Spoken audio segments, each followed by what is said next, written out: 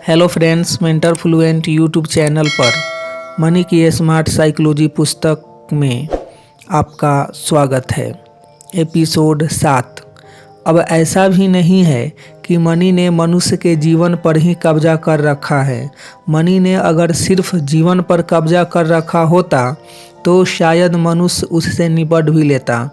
अपनी मेहनत के बल पर मनी के प्रेशर से छुटकारा पा भी लेता, परंतु दुर्भाग्य से मनी मनुष्य के मन तक पर कब्जा कर बैठा है और यह बहुत ज़्यादा गंभीर विषय है। और उससे भी गंभीर विषय यह है कि बहुत कम लोगों को इस बात का अंदाज़ा है। कोई जानता ही नहीं है कि मनी उनके मन पर पूरी तरह से हावी हो चुकी है। चलो, आपको यकीन नहीं हो रहा हो तो अपने भीतर झांक लो। आपके हालात यह हो चुके हैं कि मनी मिले तो मन सुखी और मनी की कमी पड़ जाए तो मन दुखी। आपसी रिश्तों में मनी बीच में आ जाए तो तकरार शुरू। मनी हो तो रिश्तों में प्यार, वरना सब बेकार। अचानक कोई बड़ा कमा जाए तो मन को अहंकार पकड़ लेता है और कुछ नुकसान लग जाए तो मन टूट फूट कर चकनाचूर हो जाता है। दिन मनी की कमी के बगैर गुजरे तो वह अच्छा माना जाता है, वरना दिन बिगड़ जाता है। मन तनता भी मनी से है तथा मन झुकता भी मनी के कारण है। मन को उदास भी मनी कर देती है तथा मन प्रफुल्लित भी मनी से ही होता है। यानी किसका क्या मूड है यह मनी ही तय करती है। दिन कैसा जाएगा यह भी मनी से ही तय हो रहा है। ऐसे में यह अलग से कहने की ज़रूरत नहीं कि जीवन कैसा रहेगा, यह भी मनी से ही तय हो रहा है। कुल मिलाकर कहूँ तो मनी कितने सुख व कितने दुख झेलेगा मन कितने सुख व कितने दुख झेलेगा, इसका आधार भी अब मनी हो गया है। यानी मनुष्य का मन अब स्वतंत्र नहीं बचा है, उस पर मनी ने संपूर्ण कब्जा कर रखा है। और यह सब आप ही के मन की बात चल रही है। ऐसे में आपको मनी के इस बढ़ते पावर पर विचार करना ही होगा, क्योंकि मनी का इस कदर बढ़ता पावर वाकई चिंता में डालने वाला है। मनुष्य के हंसने रोने तक को यदि मनी नियंत्रित करने लग जाए तो मनुष्य का होना क्या और नहीं होना क्या, फिर उसके अपने वजूद का क्या। कहने का तात्पर्य इतना ही कि मनी ने मनुष्य के मन पर जो राज स्थापित कर लिया है उस पर निश्चित ही एक गहरा चिंतन करना जरूरी है, क्योंकि मनुष्य के मन से खूबसूरत दूसरी कोई चीज़ इस ब्रह्मांड में है ही नहीं। मन अकेला है जो अपनी स्वतंत्रता पर नाज कर सकता है। यह मनुष्य का मन ही है जो मस्ती में झूम सकता है, जो प्रसन्नता से नाच व गा सकता है। उसे ना तो सूर्य की तरह ताउम्र प्रकाश देना है और ना ही पानी की तरह सिर्फ बहते रहना है। मनुष्य के मन को ना तो पहाड़ बने खड़े रहना है और ना ही कोई पुतला बनकर चौराहे पर डटे रहना है। वह तो इतना स्वतंत्र है कि चाहे तो इस पल धूप दे व मूड आए तो अगले पल ठंडक बरसाए। मन जितना प्रेमिका के प्यार में डूब सकता है उतना ही वह मनपसंद के कार्य भी खोज सकता है। यह मनुष्य का मन ही है जो खूबसूरत वादियों का लुत्फ उठा सकता है तथा घर के आंगन में भी मौज मना सकता है। इस पूरे ब्रह्मांड में सिर्फ मनुष्य का मन ही है जो हंस नाच व गा सकता है, झूम सकता है, जो आनंद मस्ती शांति व सुकून का अनुभव कर सकता है। ऐसे खूबसूरत मन पर मनी राज करने लग जाए तो इस पर एक गहरी चर्चा आवश्यक ही है। कुल मिलाकर कहूँ तो यह सिर्फ मनुष्य का मन ही है जो हजारों तरीके के आनंद ले सकता है। ऐसे में जब ब्रह्मांड के इस सबसे खूबसूरत व स्वतंत्र मन पर यदि मनी शासन करने लग जाए तो निश्चित ही यह चिंता का विषय है। और ऐसे में मनी के साइकोलॉजिकल प्रभाव की पूरी एनालिसिस करना बेहद ज़रूरी हो जाता है। मनुष्य के मन और जीवन दोनों पर मनी का इस कदर हावी हो जाना पचाया नहीं जा सकता है। मेरी दृष्टि में तो मनी का मनुष्य के मन और जीवन पर इस कदर छा जाना ही आज के विश्व की सबसे बड़ी समस्या है।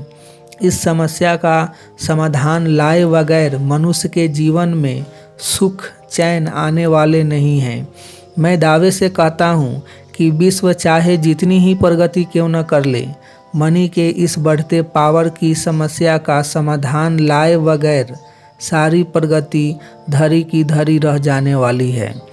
सो चांद व मंगल पर बसने के प्रयास जारी रखो, पर साथ में मनी के इस बढ़ते पावर पर भी ध्यान दो।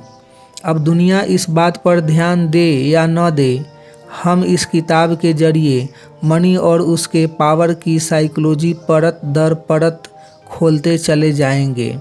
हम मन और जीवन पर मनी के पड़ने वाले इफ़ेक्ट को गंभीरता से लेंगे, क्योंकि आज के युग में जीवन बनेगा तो मनी के बढ़ते पावर तथा उसके मनुष्य पर पड़ने वाले इफ़ेक्ट को गंभीरता से लेने पर ही बनेगा। सो अब हम इस किताब के जरिए मनी के पावर तथा उसके प्रभाव की संपूर्ण साइको एनालिसिस करेंगे।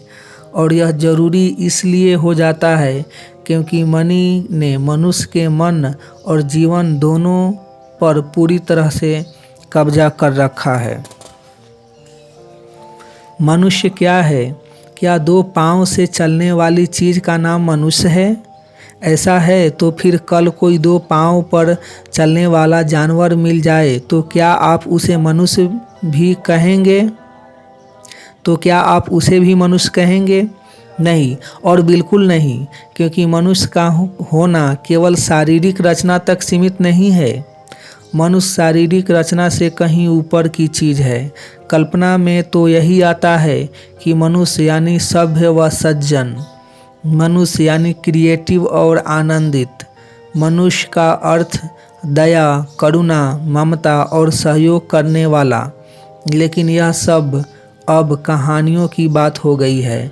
हकीकत की दुनिया में तो आप पाएंगे कि मनुष्य दुष्ट व बेशर्म है। वह परेशान भी है तथा विध्वंसक भी। वह चोर भी है तथा बदमाश भी। वह शैतान भी है तथा हिंसक भी। खैर, ऐसे में सवाल यह कि क्या ऐसा मनुष्य स्वीकार्य है?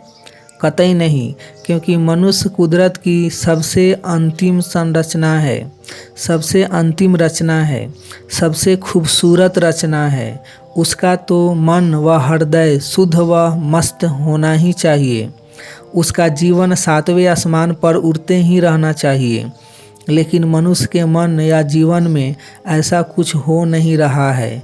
कुछ अपवादों को छोड़ दे तो किसी का जीवन मनुष्यों वाला जान नहीं पड़ रहा है।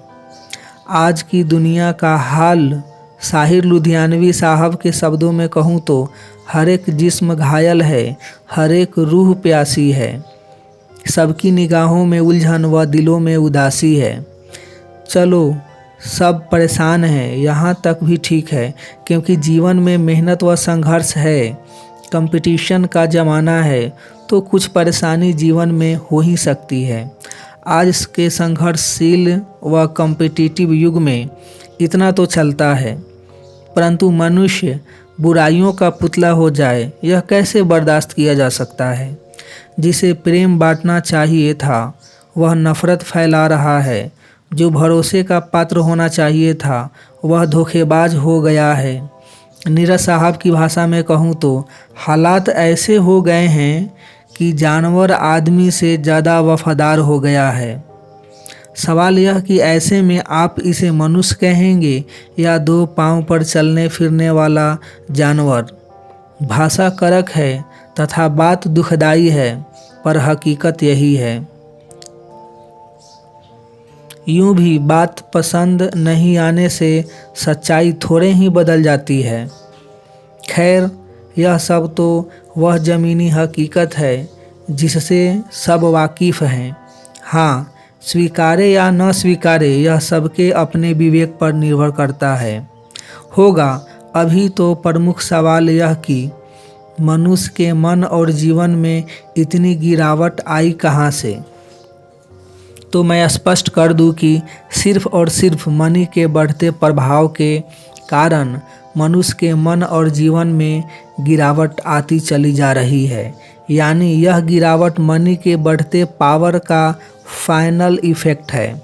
यही कारण है कि जैसे जैसे मनुष्यों पर मनी की पकड़ मजबूत होती चली जा रही है, मनुष्य गिरता चला जा रहा है। मनुष्य जाति के इतिहास पर नज़र घुमाएंगे तो यह सच्चाई आँखों के सामने नाचने लगेगी। मनुष्य आज जैसा है वैसा प्रकृति से भेजा नहीं गया था। यह तो ज़रूरतों ने मनी का प्रभाव बढ़ाया तथा फिर मनी ने मनुष्य को पागल कर दिया। यदि आज का मनुष्य स्वार्थी है तो मनी के कारण कई लोग मनी के पीछे इस कदर पागल हैं कि वे मनी हेतु परिवार के सदस्यों तक की हत्या तक कर डालते हैं। इस प्रकार की खबरें विश्व भर में आती रहती है। क्या किसी मनुष्य को यह शोभा देता है? शोभा तो नहीं देता, पर मनुष्य ऐसा हो गया है, यह हकीकत है। स्वार्थ तथा वह भी इस कदर की सामने वाले को इंसान ही न समझो। वाकई यह दुखद परिस्थिति है और मैं स्पष्ट कर दूं कि इस हेतु सिर्फ और सिर्फ मनी का बढ़ता प्रभाव जिम्मेदार है और सच्चाई हमें स्वीकारनी ही पड़ेगी। मनी के इस बढ़ते प्रभाव ने आज एक मनुष्य का मनुष्य बनना मुश्किल कर दिया है। खैर, इससे भी खतरनाक बात तो यह है कि यह सिलसिला यहीं पर थम नहीं रहा है। सच कहूँ तो मनी के कारण मनुष्यों में आई गिरावट का कोई अंत ही नहीं है। आज भ्रष्टाचार रूपी जहर से पूरा विश्व परेशान है। लीडर हो या अफसर, जिनका काम जनता की सेवा करना था, वे आज सिर्फ भ्रष्टाचारी होकर रह गए हैं। न्याय व्यवस्था की बात की भी कुछ खास करने जैसी नहीं है। न्याय व्यवस्था की बात भी कुछ खास करने जैसी नहीं है। वहाँ भी सच्चा कौन व झूठा कौन की चिंता आज कर कौन रहा है। कौन मुजरिम है और कौन नहीं की परवाह किसे है। क्या कानूनी है तथा क्या गैर कानूनी, यह देखने की फुर्सत किसे है। आज तो एक ही नियम चल रहा है कि जो वकीलों पर मनी खर्च कर पाए वह सच्चा, उसी का काम कानूनी तथा उसे ही जीने का अधिकार। कुल मिलाकर कहूँ तो आपके पास मनी है तो हजार जुर्म करके भी आप आज़ाद घूम सकते हैं, और मनी नहीं है तो झूठ केस में फंसा के जेल में सड़ा दिए जा सकते हैं। भ्रष्टाचार का आलम तो यह है कि गरीब को ठेला लगाने हेतु भी कमाई में से हिस्सा देना पड़ रहा है। सच तो यह है कि मनी पावर के बल पर आज गरीब से जीने तक के सारे अधिकार छीन लिए गए हैं तथा अब यह अलग से स्पष्ट करने की आवश्यकता नहीं है कि व्यवस्था यदि इस कदर चरमरा गई है तो उस हेतु निश्चित ही मनी का दिन ब दिन बढ़ रहा पावर जिम्मेदार है। सच कहूँ तो मनी पावर के दुष्परिणाम का कोई अंत ही नहीं है।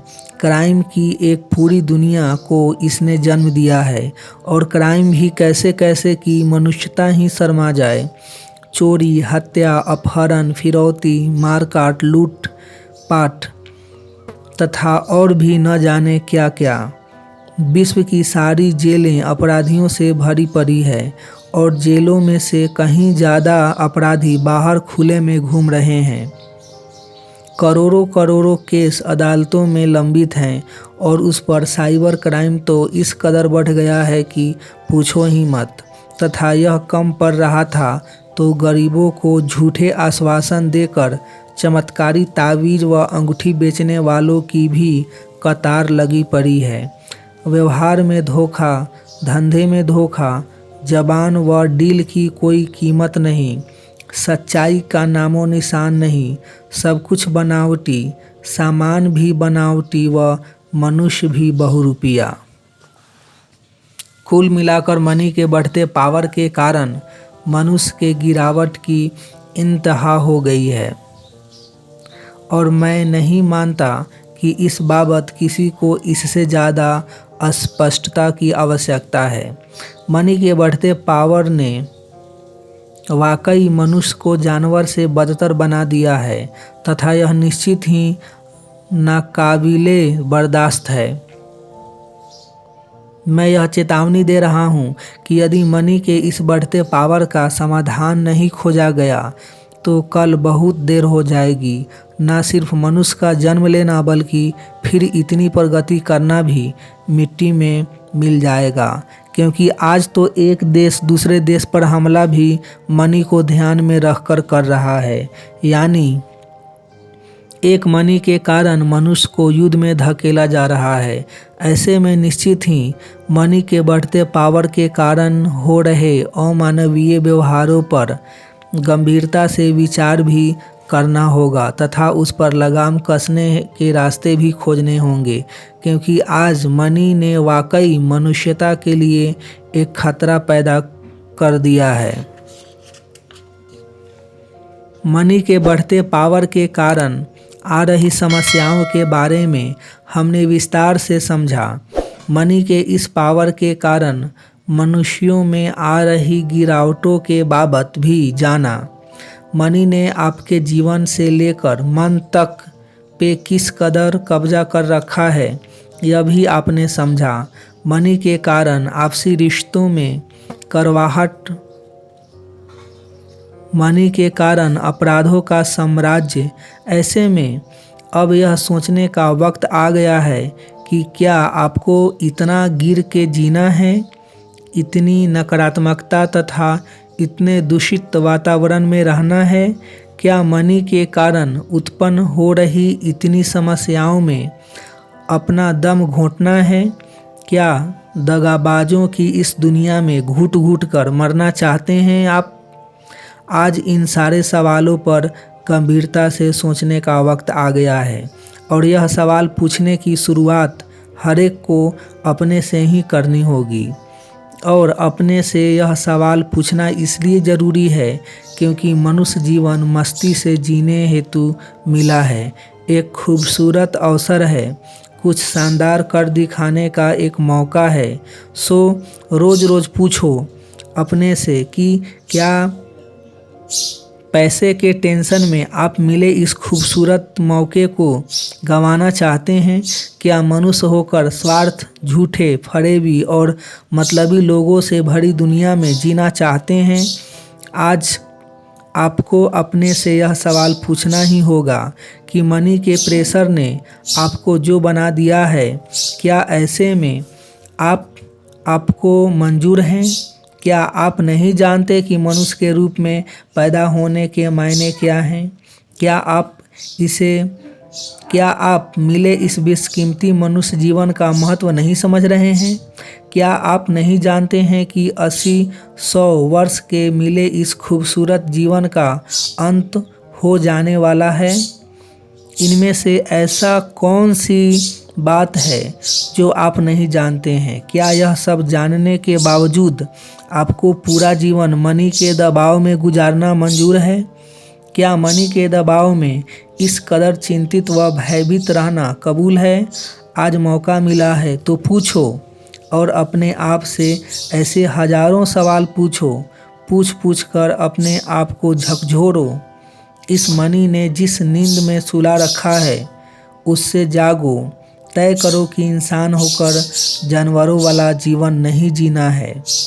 आज यह तय करो कि इतने टेंशन, इतने स्ट्रेस, इतनी भाग दौड़ियाँ, इतने प्रेशर व इतनी नकारात्मकताओं में जीवन नहीं ही गुजारना है। मैं सच कहता हूँ कि आज मौका मिला है तो अपने को झकझोरो भी तथा स्वयं को बदलो भी, वरना हाथ में कुछ नहीं आएगा, वह जीवन गुजर जाएगा। चिड़िया खेत चूक जाएगी और फिर पछताने का मौका भी नहीं मिलेगा। सो इसे आज का सबसे बड़ा सवाल बना लो कि आपको आगे का जीवन कैसा गुजारना है। इस मौके को चूक गए तो तय जान लेना कि जीवन भी चूक जाएगा।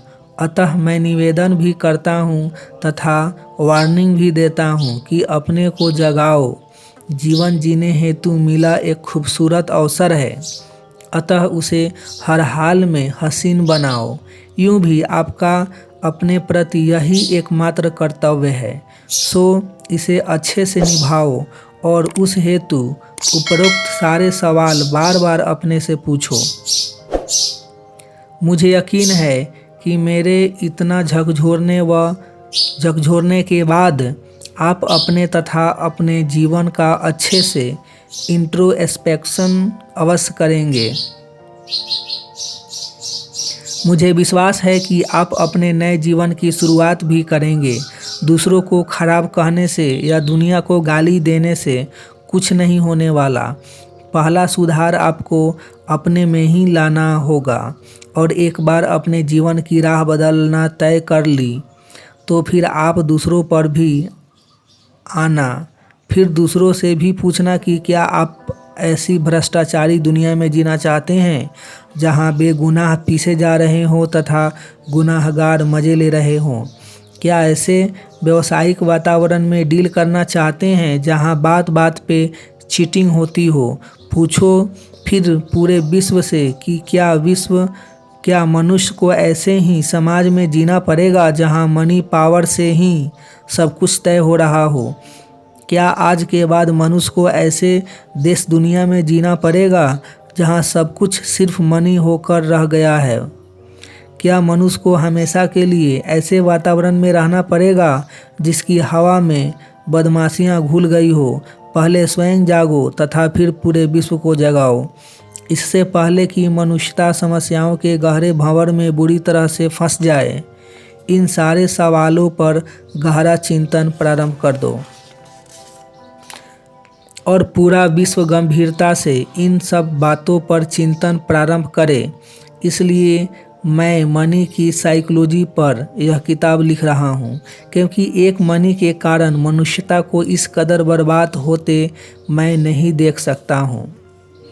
कुल मिलाकर आज पूरे विश्व को मिलकर यह सब तय करना ही होगा कि इस धरती पर 800 करोड़ इंसान रहेंगे या दो पांव पर घूम फिर रहे जानवर। आज इस पर एक गहरा चिंतन करने का वक्त आ गया है, वरना सब नष्ट हो जाएगा और इसकी शुरुआत हर एक को स्वयं को झकझोर कर ही करनी होगी। और स्वयं को ऐसे 50 सवाल पूछकर इसकी शुरुआत आज के आज कर ही लो। शुरुआत आप करो, कल पूरा विश्व आपको फॉलो करेगा। अब वैसे तो दुनिया बुद्धिजीवियों से भरी पड़ी है। सब मनुष्य व मनुष्यता की काफ़ी चिंता करते हैं। मनुष्य का जीवन सुधारने हेतु सब न जाने कितने कार्य करते हैं। दिन रात अनगिनत विषयों पर चर्चा भी करते रहते हैं। टीवी हो या न्यूज़पेपर, वे भी एक से एक गंभीर विषय उठाते ही रहते हैं। कुल मिलाकर कहने का तात्पर्य यह कि मनुष्य का जीवन सुधारने के चारों ओर अथक प्रयास चलते ही रहते हैं, चलने भी चाहिए। आखिर मनुष्य से ज़्यादा महत्वपूर्ण इस ब्रह्मांड में और कुछ है भी नहीं। लेकिन ये सारी चर्चाएं तथा सारे प्रयास किसी काम के नहीं। अगर मनी का यही पावर बना रहा तो मैं दावे से कह सकता हूँ कि आज की सबसे बड़ी समस्या मनी का यह बढ़ता पावर तथा उससे उत्पन्न हो रही बुराइयां ही हैं। इस पर लगाम न कसी गई तो सब व्यर्थ हो जाएगा। ना कोई अन्य प्रयास काम आएंगे और ना ही विज्ञान की प्रगति। मनी की मार से मनुष्य मरता रहेगा और फिर कोई कुछ नहीं कर पाएगा। सो मैं विश्व के सारे बुद्धिजीवियों से निवेदन करता हूँ कि मनुष्य का जीवन सुधारने हेतु बाकी सारे प्रयास करो, परंतु उसकी सबसे बड़ी समस्या को भी समझो तथा उसे प्राथमिकता दो। खैर, कुल मिलाकर इससे पहले कि बहुत देर हो जाए, पूरे विश्व को मनी के इस बढ़ते पावर पर विचार करना बेहद ज़रूरी हो गया है। आप भी अपने ऑफिस व घर पर न जाने किन किन विषयों पर बहस करते रहते हैं। एक चर्चा सबसे मनी के बढ़ते प्रभाव पर भी प्रारंभ करो। मैं दावे से कहता हूँ कि मनुष्य को मनी के इस प्रेशर से छुटकारा दिलवा दो, फिर मनुष्य वास्तव में मनुष्य का हो जाएगा, वरना फिर एक दिन वह 2 पाँव पर घूमने वाला जानवर बनकर रह जाएगा। और निश्चित ही यह कोई नहीं चाहेगा। अतः इससे पहले कि चूक जाए, बेहतर है कि पूरा विश्व मनी के बढ़ते प्रभाव पर चर्चा प्रारंभ कर दे। मैंने इस किताब के जरिए चर्चा की नींव रख दी है और मुझे यकीन है कि मेरा यह प्रयास व्यर्थ नहीं जाएगा। निश्चित ही अब यह तय करने का समय आ गया है कि हम अपने लिए कैसी दुनिया बनाना चाहते हैं, किस प्रकार के मनुष्यों के साथ हम रहना चाहते हैं, समाज और शासन की क्या व्यवस्था चाहते हैं,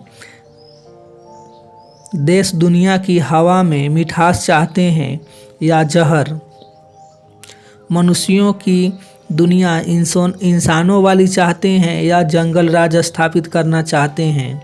अब सोचने का वक्त आ गया है कि जहां हर कोई एक दूसरे को धोखा देने में लगा हो, ऐसी दुनिया में रहा ही कैसे जा सकता है।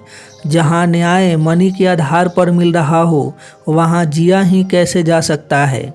जहां अरबों जीवन मनी के प्रेशर में बर्बाद हो रहे हों, उसे मनुष्यों की दुनिया कहीं ही कैसे जा सकती है।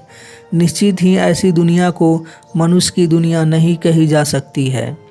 मनुष्यों की दुनिया में न्याय होना चाहिए, जुल्म, अत्याचार व बदमाशियों को जगह नहीं होना चाहिए। वहाँ की हवा में सुकून व शांति बने ही रहने चाहिए। वहाँ भाईचारे, प्रेम व विश्वास का वातावरण होना ही चाहिए। खैर, बताओ यह कि क्या आप ऐसी हसीन दुनिया में जीना नहीं चाहते? सोचो यह कि अरबों वर्षों के इंतजार के बाद मनुष्य धरती पे आया है। ऐसे में निश्चित ही वह किसी जंगल राज में जीने हेतु नहीं ही आया है। आप भी हसीन दुनिया में जीना चाहते ही होंगे, पर सवाल यह कि क्या ऐसी हसीन दुनिया बनाना संभव है? बिल्कुल है, तथा बड़ी आसानी से संभव है। मनुष्य के लिए मुश्किल क्या, जो चांद व मंगल पर पहुंच गया हो, वह अपनी धरती की दुनिया तो हसीन बना ही सकता है। उसके लिए करना क्या है? मनी से उत्पन्न हो रही समस्याओं पर विजय पाना है, बस। चलो यह तो ठीक, पर क्या यह संभव है? जिस मनी ने मन और जीवन पर कब्जा कर रखा है, क्या उससे छुटकारा शक्य है? जो मनी भगवान से भी ज़्यादा पावरफुल हो गई है, क्या उससे निपटा जा सकता है? यह सवाल सारे लाजमी हैं, पर इस संदर्भ में समझो यह कि मनुष्यों की यह दुनिया कुदरती तौर पर ऐसी कतई नहीं थी। मनुष्य जब इस धरती पर आया, तब इतने स्ट्रेस व टेंशन नहीं थे, इतनी बदमाशियाँ नहीं थी। मनी के बढ़ते पावर ने ही इन सबको हवा दी है। कुल मिलाकर कहने का तात्पर्य यह कि जब मनी के पास इतना पावर नहीं था, तब मनी जनित यह सारी बुराइयां भी नहीं थी। यानी दुनिया कुदरती तौर पर खराब नहीं थी। इसी बात को साइकोलॉजिकली समझे तो यह समस्या कुदरती नहीं है, यह पूरी की पूरी समस्या मनुष्य जनित है। यूँ भी विश्व में तीसरी कोई सत्ता सक्रिय भी नहीं है। जो कुछ भी है वह या तो कुदरती तौर पर निर्मित है या फिर मनुष्य की ईजाद की हुई चीज़ है। तथा यह एक महत्वपूर्ण बात कही है जो सो इसकी हमेशा के लिए गांठ बांध लो। यह स्पष्ट रूप से समझ लेना कि जहाँ कहीं जो कुछ भी है उसका निर्माता या तो प्रकृति है या फिर मनुष्य होगा।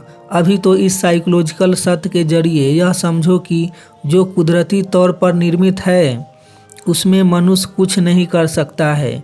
चांद, तारे, नदी, पहाड़, पृथ्वी सब कुदरती तौर पर निर्मित हैं। हवा, पानी पर भी कुदरत का संपूर्ण नियंत्रण है। इसलिए इन सब में मनुष्य कुछ विशेष नहीं कर सकता है। वह चांद को सूर्य या पहाड़ को नदी नहीं बना सकता है। वह अपनी मर्जी से चांद, सूर्य, पहाड़ या नदी को गायब नहीं कर सकता है। मनुष्य ना तो समुद्र में आने वाले सुनामियों को नियंत्रित कर सकता है और ना ही नदियों में आ रहे उफान को। कुल मिलाकर जो कुदरती तौर पर निर्मित व नियंत्रित है उसमें निश्चित ही मनुष्य कुछ खास नहीं कर सकता है। वैसे ही मनुष्य का 2 हाथ तथा 2 पाँव वाला होना भी कुदरत से तय हुई बात है। मनुष्य चाहकर भी 50 हाथ पाँव वाला नहीं हो सकता है और कोई 50 हाथ पाँव वाला होना चाहता भी है और चाहे तो भी कुछ होने वाला नहीं है, क्योंकि जो कुदरती तौर पर तय किया हुआ है उसमें जीना ही पड़ता है होगा। मुख्य बात यह कि मनुष्य की दुनिया हसीन कैसे बनाई जा सकती है। बताओ यह कि वह बिगाड़ी किसने है? निश्चित ही मनी के बढ़ते पावर ने। और मनी बनाई किसने है? निश्चित ही मनी की इजाद भी मनुष्य ने की है और उसे पावर भी मनुष्य ने ही दिया है। यानी यह तय हो गया कि मनी से उत्पन्न हो रही सारी बुराइयों का इकलौता निर्माता मनुष्य स्वयं है। ऐसे में यह बताने की ज़रूरत कहाँ है कि जो मनुष्य के कारण आया है उसे मनुष्य हटा भी सकता है। यह समस्या कुदरती होती तो हम कुछ नहीं कर सकते थे, लेकिन चूंकि समस्या मनुष्य द्वारा निर्मित है, ऐसे में आशा बांधी जा सकती है। और बस यही बात समझाने हेतु मैंने उपरोक्त सारी बातें आपसे कही थी। मुख्य बात यही कि मनुष्य का जीवन नरक जैसा हो गया है तो मनी के कारण, और मनी का निर्माता मनुष्य है। ऐसे में मनी तथा उससे उत्पन्न समस्याएं मनुष्य चाहे तो नियंत्रित कर ही सकता है। यह साइकोलॉजी का परम सिद्धांत है। उदाहरण के तौर पर कहूँ तो गाड़ियाँ मनुष्य की इजाद की है। ऐसे में मनुष्य चाहे तो गाड़ियों का निर्माण करना बंद कर गाड़ियों को दुनिया से हटा ही सकता है। पूरी बात का सार यही कि जो मनुष्य ने पैदा किया है उसे मनुष्य हटा भी सकता है तथा सुधार भी सकता है। कुल मिलाकर कहूँ तो मनी के पावर तथा उससे उत्पन्न बुराइयों को देश दुनिया से मिटाया जा सकता है। इसमें कोई अड़चन नहीं है, क्योंकि इसका निर्माता मनुष्य स्वयं है। अतः आज के बाद यह पूछना ही मत कि क्या दुनिया हसीन बनाई जा सकती है, क्या मनी के प्रेशर को कम किया जा सकता है, क्या मनी के पावर से निपटा जा सकता है, क्या मनी से उत्पन्न बुराइयों पर विजय पाई जा सकती है। इस संदर्भ में मैंने गहरा साइकोलॉजिकल सिद्धांत दे दिया है कि जिसने जो बनाया है उसे वह मिटा भी सकता है।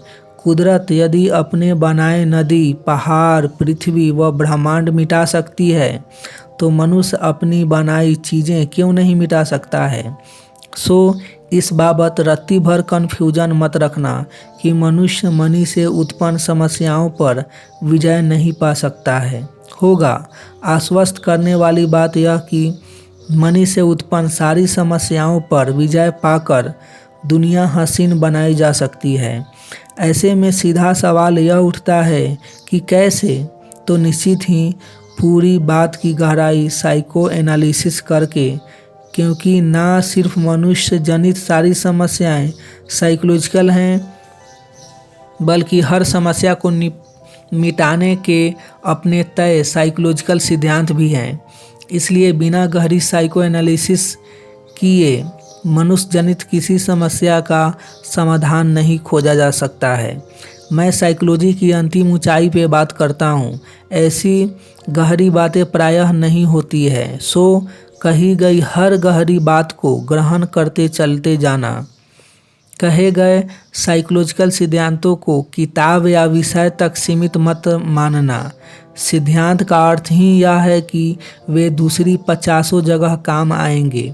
खैर, अभी तो प्रमुख बात यही कि मनी से उत्पन्न तमाम समस्याओं से निजात पाई जा सकती है, क्योंकि मनी मनुष्य की ईजाद है और वह कैसे, तो इस हेतु हमें इस बात की पूरी साइको एनालिसिस करनी होगी और आगे हम वही करेंगे। मिलेंगे नेक्स्ट एपिसोड में, नेक्स्ट वीडियो में। तब तक अपना ढेर सारा ख्याल रखिए, लाइफ को एंजॉय कीजिए, मस्त रहिए। आपका कीमती समय देने के लिए आपको बहुत बहुत धन्यवाद।